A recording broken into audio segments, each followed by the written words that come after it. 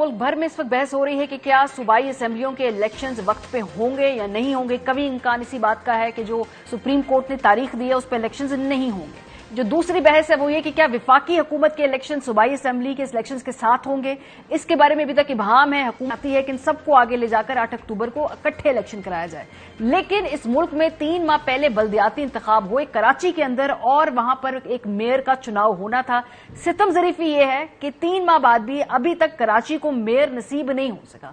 ये जो पूरा इलेक्शन का प्रोसेस था इसको हमने 3 हिस्सों में जरा बांट के आपको समझाते हैं कि किस तरीके से कहां कहां क्या शिकायत रही और वो क्या वजूहात थी कि अभी तक जो मेयर है वो मिला नहीं है इतने बड़े शहर को जिसकी आबादी वहां के लोकल कोट करते हैं कि 3 करोड़ से भी ज्यादा है।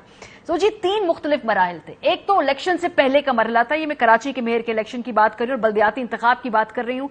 सबसे पहले तो ये इलेक्शन 3 मरतबा इल्तवा का शिकार हुए हैं, यानी आखिरी वक्त तक वोटर कंफ्यूज था कि इलेक्शन होगा भी या नहीं होगा। 24 जुलाई को बारिशों की वजह से इसको आगे किया, 28 अगस्त को बारिशों और सैलाब की वजह से आगे किया और 23 अक्टूबर को पुलिस एहलकारों की कमी के बायस इसको आगे किया। हूबहू वही सूरत हाल जो इस वक्त विफाक में बताई जा रही है कि हमारे पास कैपेसिटी नहीं है एहलकारों की कि हम इलेक्शन करा सके। इसका बेसिस बनाकर कराची के इलेक्शन को तीसरी मरतबा मुलतवी किया गया। तो इलेक्शन से पहले ही इतना ज्यादा कंफ्यूजन थी कि उस वक्त एमक्यूएम ये कहने पे मजबूर हुई कि जो पूरा प्रोसेस है इसको मुलतवी किया जा रहा है, जो मैनेज किया जा रहा है, इससे लगता है कि प्री पोल रिगिंग ऑलरेडी हो चुकी है। प्री पोल रिगिंग हो चुकी है। सरकारी मशीनरी के इस्तेमाल का खतरा मौजूद है।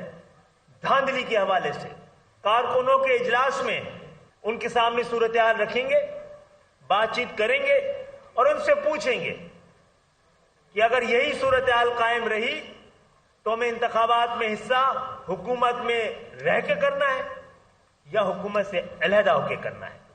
सो प्री पोल रिगिंग की बात एमक्यूएम करती रही और जो फाइनली ये पता चला कि अगले दिन पोलिंग होने वाली है तो उस दिन 15 जनवरी 2023 को एमक्यूएम ने बाकायदा इस पूरे इलेक्शन के प्रोसेस का बॉयकॉट कर दिया क्योंकि उनकी शिकायत थी कि ये शफाफ नहीं है।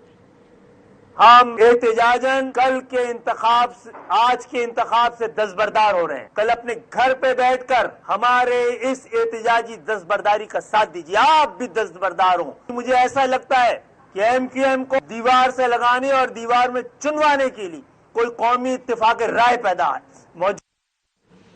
बहरहाल जी फिर इलेक्शन होते हैं, एमक्यूएम उसका हिस्सा नहीं बनती है, लेकिन जाहिर सी बात है इलेक्शन वाले दिन दोबारा ये शिकायत सामने आती है कि जी रिजल्ट बहुत ज्यादा लेट हो रहे हैं। वक्त के ऊपर कराची जैसे शहर में लिमिटेड सीट्स के ऊपर काउंटिंग का अमल इतना स्लो था कि जमात इस्लामी की शिकायत सामने आना शुरू हो गई और उसके बाद उन्होंने फिर अपनी शिकायत ये भी इलेक्शन कमीशन ऑफ पाकिस्तान के सामने भी सबमिट करवाई, जिसके नतीजे में दोबारा गिनती की बात भी की गई बहुत सारी कॉन्स्टिट्यूएंसीज के सामने।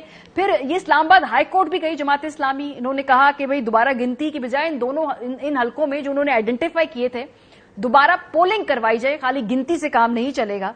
और फिर दोबारा गिनती के फैसले को इस्लामाबाद हाईकोर्ट में चैलेंज भी जो था वो किया था जमात इस्लामी ने। तो भी अभी देखिए एक शहर के इलेक्शन है, बल्दियाती इंतखाब का, ये कराची इसका मेयर इलेक्ट होना है, तो किस तरीके से ये पूरा प्रोसेस चल रहा है। अब इसको आप विजुलाइज करें कि जब ये विफाकी या सूबाई लेवल पे इलेक्शंस होंगे तो किस तरह का घड़मस मचेगा। बहरहाल जी सूरत हाल ये है कि 3 महीने हो चुके हैं, 246 में से 235 यूसीज पे इलेक्शन हुए, मेयर इस शहर को अभी तक नहीं मिला है। जो सियासी जमातों के तहफुजात पे इलेक्शन कमीशन ने 20 नशिस्तों के नताइज रोक लिए थे, जबकि 2015 नशिस्तों के नताइज उस वक्त सामने आ गए थे।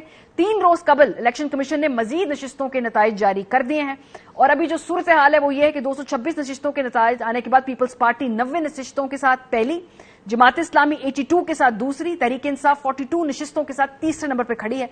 पीएमएलएन के पास 7 है, जेयूआई के पास 3 है, टीएलपी के पास 1 है और एक आजाद उम्मीदवार है। एक कराची के बल्दियाती इलेक्शन के बाद अभी तक इस शहर को मेयर नसीब नहीं हुआ। अब इसी पूरी सिचुएशन को अगर आप पूरे मुल्क के ऊपर जाके देखें कि आगे अगर जनरल इलेक्शन होने हैं या सूबाई असेंबलियों के इलेक्शन भी होने हैं तो किस कदर ही कॉम्प्लिकेटेड मामला होगा।